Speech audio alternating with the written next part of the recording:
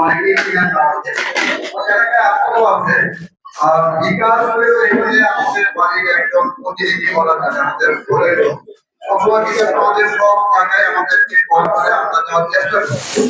তাদের আজকে বিকাশ কত দাদা বলে একটা অনুষ্ঠান আছে আপনি আসবেন, আমি তো অবশ্যই আসবো।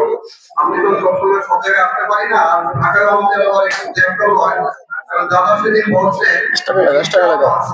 একজন গুরুত্বপূর্ণ ব্যক্তি, আপনারা বিএনপি জানেন, এবং মির্জা আব্বাসের কেন্দ্রের মধ্যে এনসিপির একজন নেতাকে ওখানে প্রচারে হাতে হাতে মৃত্যু হয়ে অনেক ধরনের প্রবন্ধ একটা তৈরি হয়েছে। তো তাকে পরাজিত করার জন্য একটা ভাবমূর্তি ওখানে কাজ করতেছে। তারপর হয়তো বিএনপির একটা বড় শক্তি, তারপর ওখানে বলছে আমাদের কালী মন্দিরের একটা অনুষ্ঠান ছিল,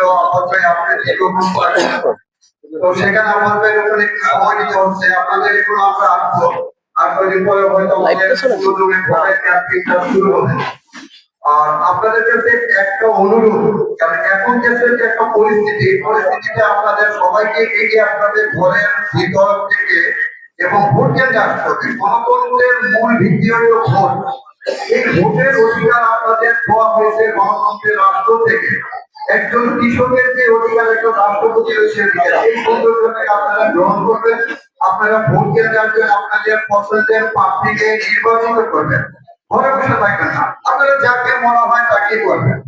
আর আমি ভাই হিসেবে যাদের সম্পর্কে দুটা কথা বলি, এখানে তো ভোট কেন্দ্রে মানে এখনো প্রচারণা শুরু হয়নি, ভোট আমি চাবো না। যাদেরকে আপনারা দীর্ঘদিন যাবত চিনেন, এই এলাকার লোক, আমরা একেবারেই একই পরিবারের একই সদস্য। এখনো আমাদের জমি জমা পার করা হয়নি। কিছুদিন আগে আমার বাবা 24শে নভেম্বরে মারা গেছে। উনি বয়স্ক ছিলেন সবাইকে, কিন্তু মহিলারা তো বাবা বৃদ্ধ অবস্থায় বলছে যে একটু বাজারে ফেলে দেয়, দাদার কাছে গেলে বলে এত তারা আমরা কি ভাবে যাচ্ছি। অর্থাৎ তোমার এলাকার প্রতি এত মায়া যে আমরা যখন শহরে থাকি, ওকে আবার মাঝে মাঝে ভাবে যে অল্প ছোট হলে যে শহরের মানুষকে চলে যায়, যে চলে যাবে বিষয়টা এরকম না।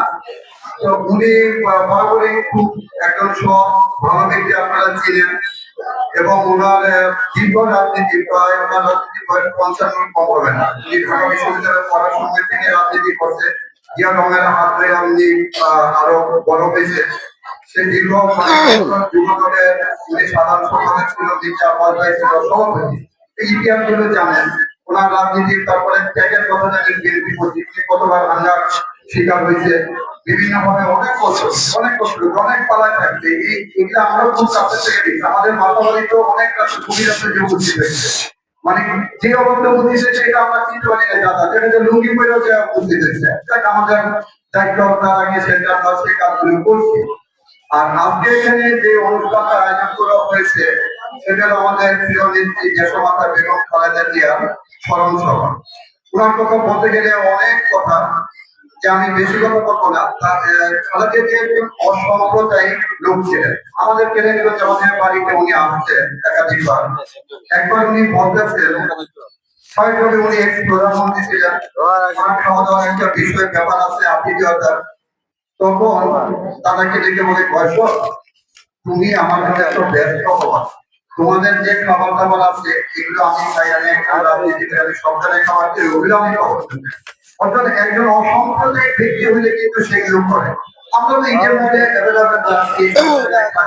আমাদের পূজা মধ্যে আছে, এই যে সাম্প্রদায়িক সম্পৃক্তিটা, এটা একটা বড় জিনিস। এটা আমাদের গভীর ভাবে ছিল।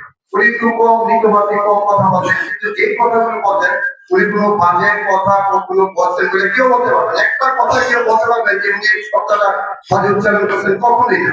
অর্থাৎ ওনার প্রতি আমরা শ্রদ্ধা এখানে নিবেদন করতে আসছি। উনি একজন ভালো মানুষ ছিল। আর এখানে অনেকে আপনারা গেছেন ওনার জানাজায়, আমি নিজেও ব্যক্তিগতভাবে গেছি।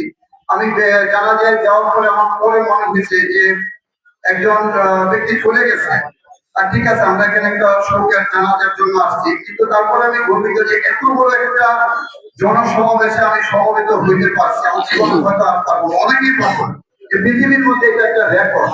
একটা মানুষের কতটুকু ভালোবাসলে, কতটুকু ওনার প্রতি ভালোবাসা থাকলে এই ঘটনাটা ঘটতে পারে। যাক, ওনার প্রতি আপনারা সকলেই আপনার শ্রদ্ধাশীল আমরা জানি। আর এখানে আসছি দাদার প্রতি আমি একটু বলবো, আপনারা সবাই আসেন, ওনাকে একটু আপনারা দোয়া করবেন। দাদা একজন ভালো মানুষ, আমি ভাই হিসাবে আবার বলবো আপনারা সবাই ওনার কাছে যান। তো ওনাকে সবার সাথে থাকবেন। আমাদের একটাই কথা যে ভোট কেন্দ্রে আপনারা অবশ্যই যাবেন। কষ্ট করে ভোট কেন্দ্রে যাবেন। বিরত থাকবেন না, কারণ এটা আপনার গণতন্ত্রের একটা সুন্দর অধিকার। মাইক্রোফোন লাগবে না অর্জন করবেন। তাহলে সকলকে আমি ধন্যবাদ জানাই। মাইক্রোফোন ছাড়াও দিতে পারেন, মাইক্রোফোন দিতে পারেন। ধন্যবাদ। আসসালামু আলাইকুম।